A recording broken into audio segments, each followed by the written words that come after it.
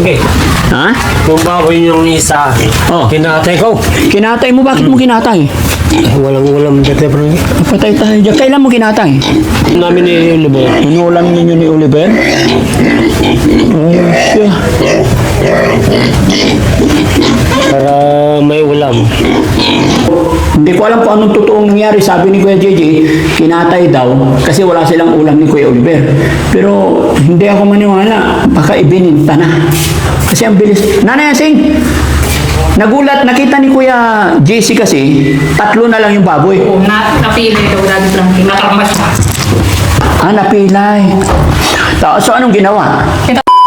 JJ, ano ba nangyari sa baboy mo? Ha? Halika, tignan ko yung baboy. Ano nangyari? Ay, dati, Frankie. Ha? Kung baboy yung isa, Oh. kinatay ko. Kinatay mo? Bakit mo kinatay? Walang ulam dati, Frankie. Patay tayo dyan. Kailan mo kinatay? Nung dati, Frankie. Kahit tatatlo na lang sila. Kaya nga, yung laki pa naman, ang bilis lumaki. Yun ang pinakamalaki, pero kinatay ko. Yung pinakamalaki kinatay mo, bakit mo kinatay? Ang bilis naman. Walang ulam dati, Frankie. Kaya Hindi nga. Kinatay ko yung isa. Wala kaming ulam. Yun ang pinangulam namin. Kailan mo kinatay?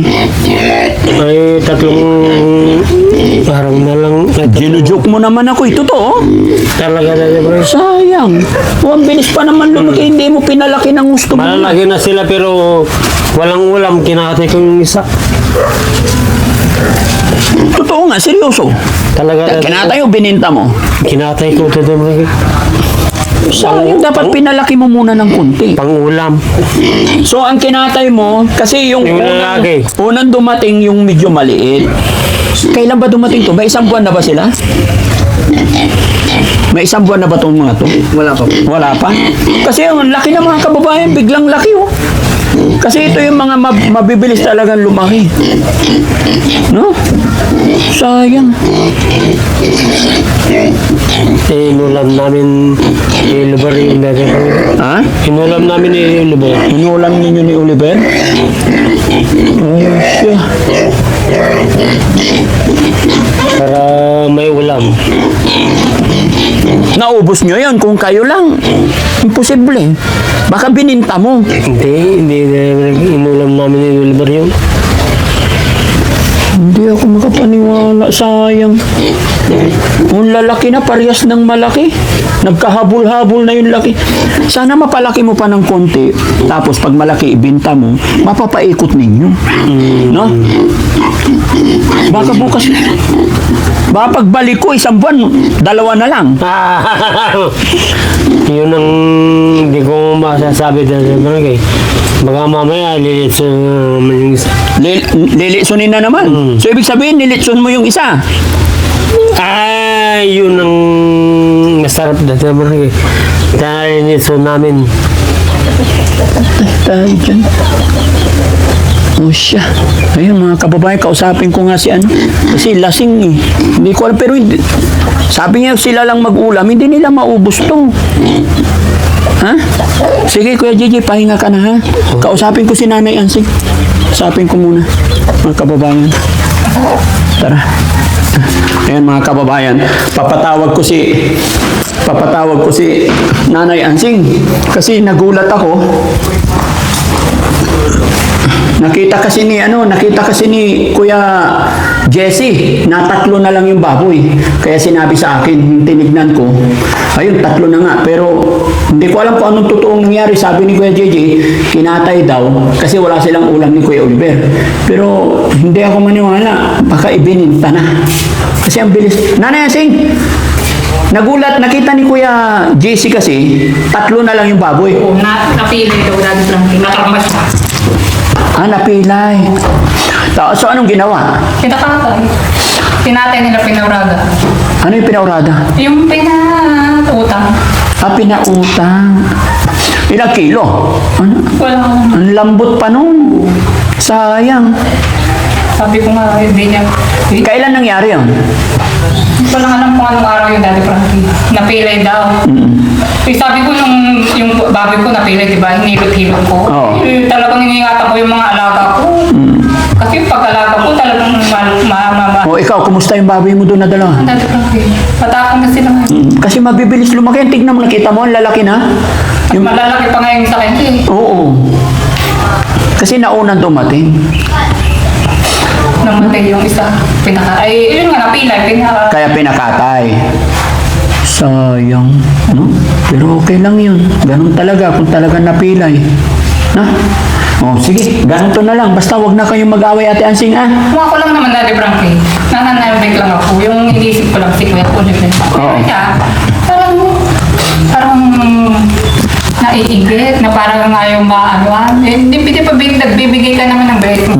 Huwag na kayong mag-away, mag-inggitan kasi... Diba ako naman, nananahimik lang naman ako eh. Ayaw ko, wala sisip ko yung makipag-away. Eh siya, nung pa nga, inahamon ko yung asawa ko. Halika, sabi ay, Pagpasensya mo na lang kasi paglasing lang naman pag hindi na siya lasing.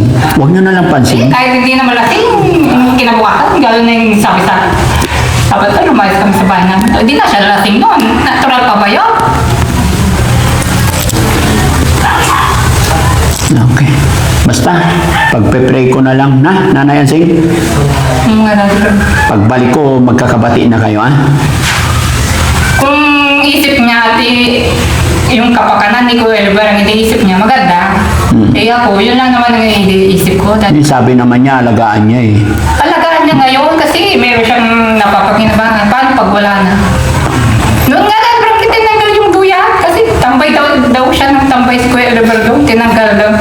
Yung sabi ko, bakit mo tinanggal? Ang ganda nga dito. Dito na siya tumambay kasi sa ibang bahay. Siyempre, alam nga, naiinip din sa bahay namin. Pagkakain ng umaga, uupo. Tapos pupunta dyan. Makikipag-usap. Ayaw yatang tumambay. Tinanggal yung duyan. Dapat hayaan nyo lang kung magtambay doon kay Kuya Gigi, dito, tsaka doon sa'yo, para, Pero huwag nyo na hayaan lumayo. No? Alam mo yung mga anak ko, tingnan nyo nga kung nandun sa kabila si tito nyo kasi nag-alala ko pag hindi ko makakita eh.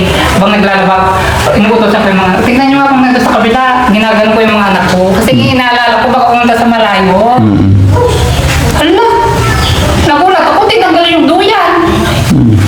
Bakit ba tinanggal? Sabi ko, kaysa naman pumunta sa ibang bahay, hindi dito na lang, walang ibang iba. Lagi na lang siya dito. Sabi niya, ha? Gusto naman. Tapos ngayon, sasabihin niya, para kakain kami. Ha? Ang amo-amo niya ngayon. Pagkainin ko siya. Samantalang noong walang pagkain. Ayaw niyang matang magtambay doon. Sige, basta pag-usapan nyo na lang yan, ha? Ayaw ko kasing, ayaw kong nag-aaway kayo, ha? Gusto ko pagbalik ko dito. Ano naman ang nag-uumpisa, Daddy Frankie? Ang ayos-ayos na noon eh. Inumpisa niya, nung pinapalayas kami. Una, yung asawa ko, sabi niya, lumayas yung asawa dito. Ikaw yung nagawin ng lalaki dito, sabi niya. O, bandang muli, lumayas kayo dito, sabi niya. Dapat di mo pinagawa yung bahay. Nagpagawa ka ng sarili mo. Ha? Lumabas na! Okay, ha? Sige na. So, yun mga kababayan, yun po yung update din sa baboy ni Kuya JJ tsaka si Kuya Oliver na 4. Napilay daw yung isa kaya bininta pala. Sabi niya kasi wala daw silang ulam kaya kinatay niya. Ulam daw nila Kuya Oliver. Maraming salamat po. God bless po.